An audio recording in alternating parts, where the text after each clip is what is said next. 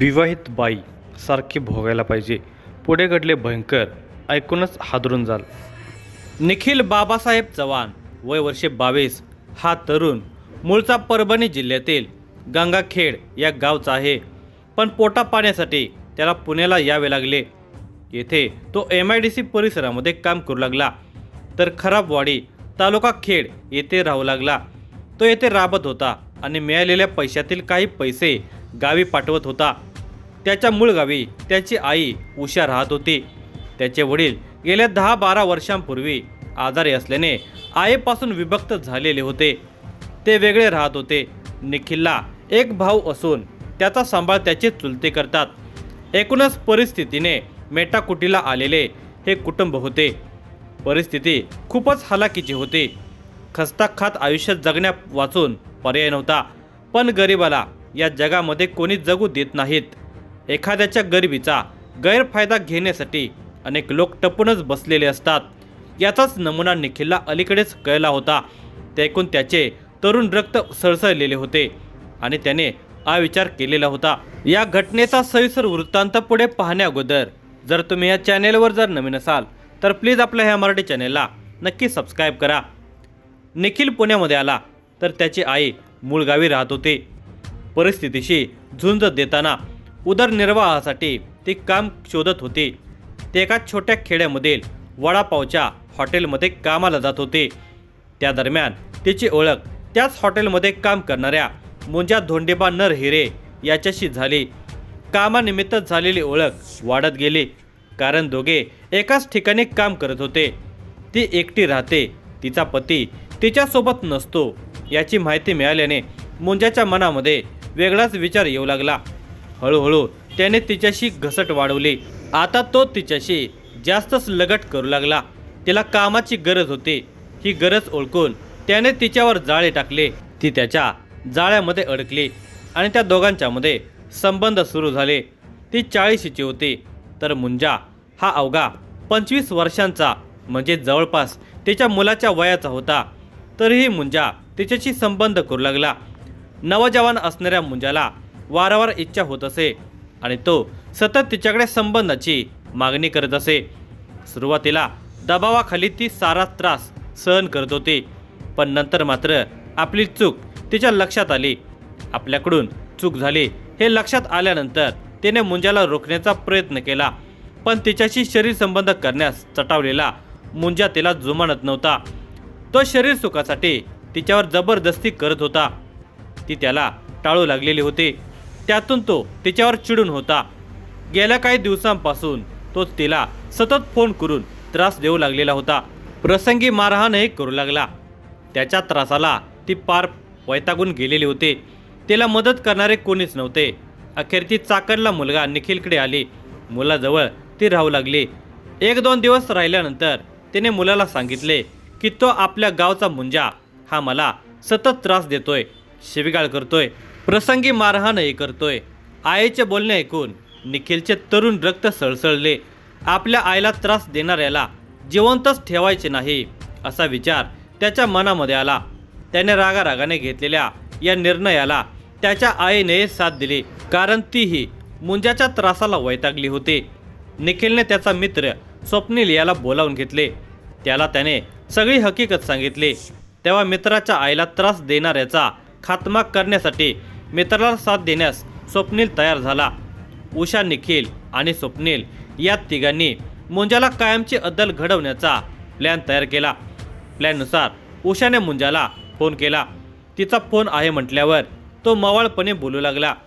मग तिने त्याला तू चाकणला ये असे म्हणत बोलावून घेतले. तिच्याकडून ऑफर आली म्हटल्यावर मुंजा खुश झाला.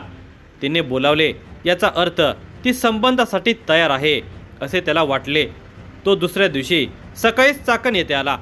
तो घरात आला तर तिचा मुलगा निखिल आणि त्याचा मित्र स्वप्नील हेही होते. मग मुंजाचे काहीच चालले नाही. तो निखिलसोबत गप्पा मारत बसला. बोलता बोलता त्यांचे दारू पिण्यास जाण्याचे ठरले. मग निखिलने एका मित्राची दुचाकी मागून घेतली. निखिल, स्वप्नील आणि मुंजा असे तिघे त्या दुचाकीवर बसून बाहेर पडले. रस्त्याने जाताना वाटेमध्ये थांबून त्यांनी दारूच्या बाटल्या, ग्लास, पाणी, चकना म्हणून हिरवा वाटाणा घेतला. ते बिरदवाडी स्मशानभूमीजवळ पोहोचले. तिथे ते दारू पीत बसले. दारूचा अंमल वाढत चाललेला होता. दारू पिता पिता मुंजाच्या मनामध्ये कधी एकदा उषासोबत मौज करतो असे झालेले होते. त्यामुळे तो लवकर परत जाऊ असे म्हणत होता. मात्र निखिल आणि स्वप्नीलने त्याला बोलत बोलत दारू पाजली होती. नंतर आईला त्रास दिल्याबद्दल निखिलने त्याला जाब विचारला. त्यावेळी मुंजा दारू पिलेला होता. तो नशेमध्ये काहीतरी वेगळेच बोलू लागलेला होता. तो अत्यंत वाईट शब्दामध्ये बडबडू लागल्याने निखिलचा राग अनावर झाला. त्याने सोबत आणलेला कोयता काढला आणि मुंजाच्या डोक्यामध्ये सपकन वार केला. एका घावामध्ये त्याचे डोके फुटले व तो रक्तबंबाळ होऊन कोसळला. तसा स्वप्नीलही त्याच्यावर तुटून पडला. दोघांनी मुंजावर कोयत्याने सपासप वार केले. या हल्ल्यामध्ये मुंजा रक्तबंबाळ होऊन निपचित पडला. त्या दोघांनी मिळून मुंजाच्या तोंडावर इतके वार केले की चेहरा छिन्न विच्छिन्न झाला. पण तेवढ्यावरच ते थांबले नाहीत. त्याने बाजूला पडलेला मोठा दगड उचलून त्याच्या तोंडावर टाकल्यामुळे त्याच्या चेहऱ्याचा चेंदामेंदा झाला.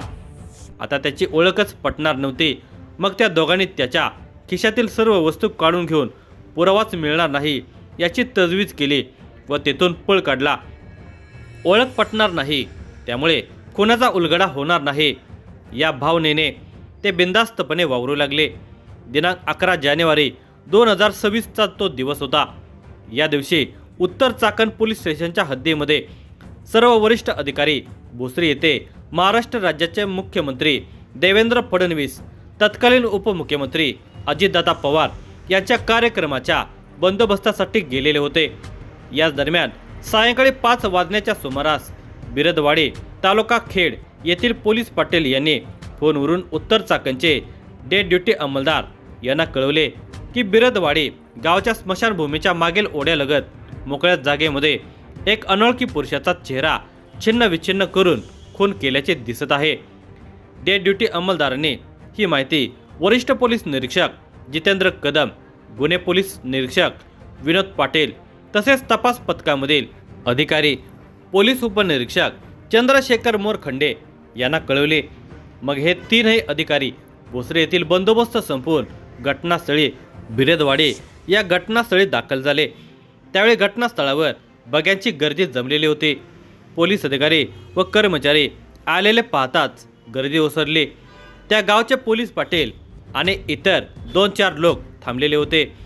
वरिष्ठ पोलीस निरीक्षक जितेंद्र कदम आणि त्यांच्या सहकारी अधिकारी व कर्मचाऱ्यांनी त्या मृतदेहाची बारकाईने पाहणी केली.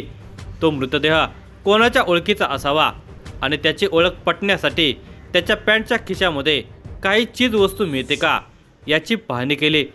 परंतु त्या मृतदेहाच्या पॅन्ट आणि शर्टच्या खिशामध्ये काहीच मिळाले नाही. म्हणून घटनास्थळाचा पंचनामा करण्यात आला.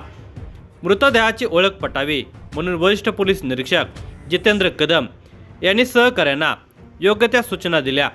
त्या मृतदेहाचे फोटो काढून सर्वप्रथम तपास याद्या तयार करून परिसरामधील नागरिकांच्या व्हॉट्सॲप ग्रुपवर टाकण्यात आल्या आणि ओळख पटवण्यासाठी आवाहन करण्यात आले. तसेच हा संपूर्ण MIDCचा परिसर असल्याने संपूर्ण राज्यातून आणि इतर राज्यांमधूनही लोक कामधंद्यासाठी आलेले असतात. तसेच उत्तर चाकण पोलीस स्टेशनच्या नजीक असलेल्या म्हाळुंगे, दक्षिण चाकण, दिघी, भोसरी तसेच पिंपरी आयुक्तालय, पुणे शहर आयुक्तालय, पुणे ग्रामीण पोलीस मुख्यालय वा पोलीस स्टेशनला अशा वर्णनाची कोणी व्यक्ती मिसिंग आहे का याबाबत माहिती घेण्यात आली. मयताची ओळख पटली तर त्याला मारणारा कोण असावा याचा शोध घेता येईल. तोपर्यंत घटनास्थळी या विभागाचे DCP मारुती जगताप, ACP सचिन कदम या अधिकाऱ्यांनी भेट देऊन पुढील तपासासाठी योग्य त्या महत्त्वपूर्ण सूचना देऊन पुढील मार्गदर्शन केले. घटनास्थळी दारूची बाटली, पाण्याची बाटली, सिगारेट पाकिट तसेच चकण्यासाठी आणलेला वाटाणा अशा काही वस्तू होत्या त्या ताब्यात घेतल्या. वरिष्ठ पोलीस निरीक्षक जितेंद्र कदम यांनी तपास पथकामधील अधिकारी PSI चंद्रशेखर मोरखंडे व त्यांच्या इतर टीमला सांगून या परिसरातील घटनास्थळाजवळ येणाऱ्या जाणाऱ्या सर्व रस्त्यावरील सर्व CCTV बारकाईने पाहण्यास सुरुवात केली. या परिसरातील कंपन्यांमधील कामगार तसेच मजूर अड्ड्यावर असलेल्या लोकांना मयत व्यक्तीचा फोटो दाखवून ओळख पटवण्यासाठी प्रयत्न करू लागले। तब्बल 10-15 दिवस हे तपास पथक दिवस रात्र प्रयत्न करू लागले होते। तपास पथकाचे अधिकारी व कर्मचाऱ्यांनी या परिसरामध्ये जेवढ्या कंपन्या आहेत त्या कंपनीच्या व्हॉट्सॲप ग्रुप, फेसबुक, इंस्टाग्रामवरही मयत व्यक्तीचा फोटो टाकलेला होता। त्या मृतदेहाच्या अंगावरील असलेले आकाशी रंगाचे जॅकेट, आतमध्ये गडद निळ्या रंगाचा चायना कॉलरचा फुलबाह्यांचा शर्ट, चॉकलेटी रंगाचे बनियान, कमरेवर लाल करदोडा, राखाडी रंगाची जीन्स पॅन्ट, पायामध्ये लाल पट्टी असलेली काळी प्लास्टिकची चप्पल हे जप्त करण्यात आले। मयत व्यक्तीच्या हाताच्या पोटरीवर इंग्रजीमध्ये च अक्षराचे गोंधन म्हणजेच टॅटू होता। याबाबत सोशल मीडिया, वृत्तपत्रांमध्ये तसेच पोलीस आयुक्तालयाच्या सर्व ग्रुपवर या मयताची ओळख पटवण्यासाठी प्रयत्न सुरू केला। मयत व्यक्तीने वापरलेला करदोडा हा मराठवाड्यातील लोक वापरतात तसा होता। त्यामुळे या भागामधील कोण व्यक्ती मिसिंग आहे का याचाही तपास करण्यासाठी त्या भागामधील लोकांच्या मोबाईलवरील ग्रुपवर फोटो टाकण्यात आला, तरीही काही माहिती मिळत नव्हती। मग पुन्हा एकदा CCTV फुटेज चेक केले। त्यावेळी दिनांक 7 जानेवारी 2026 रोजी सकाळी या परिसरामध्ये 3 लोक मोटारसायकलवरून दिसत होते। ते जाताना तिघे होते, पण परत येताना दोघेच दिसत होते। त्यामुळे संशय बळावत चाललेला होता। ज्या दुचाकीवरून ते तिघे गेले होते त्या गाडीच्या मागील बाजूच्या नंबर प्लेटवर पिवळ्या रंगाचे काहीतरी अक्षर दिसत होते। ती दुचाकी शोधण्यासाठी पुन्हा तपास टीम तयार केली। या परिसरात असलेल्या सोसायटीमध्ये पार्किंगमध्ये असलेल्या दुचाकी शोधण्यास सुरुवात केली। याच प्रयत्नानंतर एका सोसायटीच्या पार्किंगमध्ये त्या वर्णनाची गाडी मिळून आली। मग त्या गाडी मालकाचा पत्ता शोधण्यात आला। त्या मालकाला भेटून ती गाडी कोणाकडे होती, ती गाडी कोण वापरत आहे, तसा 7 जानेवारीला गाडी कोणी नेली होती याबाबत त्या व्यक्तीला विचारले असता त्याने सांगितले की माझा मित्र निखिल बाबासाहेब चव्हाण, वय वर्षे 22, राहणार खराबवाडी, तालुका खेड, जिल्हा पुणे, मूळ गाव गंगाखेड, जिल्हा परभणी, व त्याचा मित्र स्वप्नील नरहरी पारदी, राहणार खराबवाडी, तालुका खेड, मूळ गाव तालुका ढोकी, जिल्हा नांदेड, या दोघांनी गाडी नेली होती। यावरून त्या गाडी मालकाकडून त्या दोघांचा पत्ता आणि मोबाईल नंबर घेतला। त्या दोघांबाबत माहिती काढून घेऊन त्या दोघांना सापळा लावून ताब्यात घेतले। त्याच्याकडे सखोल चौकशी करण्यात आली। त्यावेळी त्यांना गाडी कशासाठी आणली होती त्यावेळेस ते दोघे थोडेसे चपापले। त्यांना थोडासा पोलिसी खाक्या दाखवला तेव्हा त्यांनी गुन्ह्याची कबुली दिली। तिघांना रितसर अटक करून चाकण पोलीस स्टेशनला आणण्यात आले। गुन्ह्यामध्ये वापरलेले हत्यार व अंगावरील कपडे जप्त करण्यात आले। याबाबत चाकण उत्तर पोलीस स्टेशन येथे गुन्हा रजिस्टर नंबर 47/2026 भारतीय न्याय संहिता कलम 103(1) अन्वये तिघांच्या विरुद्ध गुन्हा नोंदवला।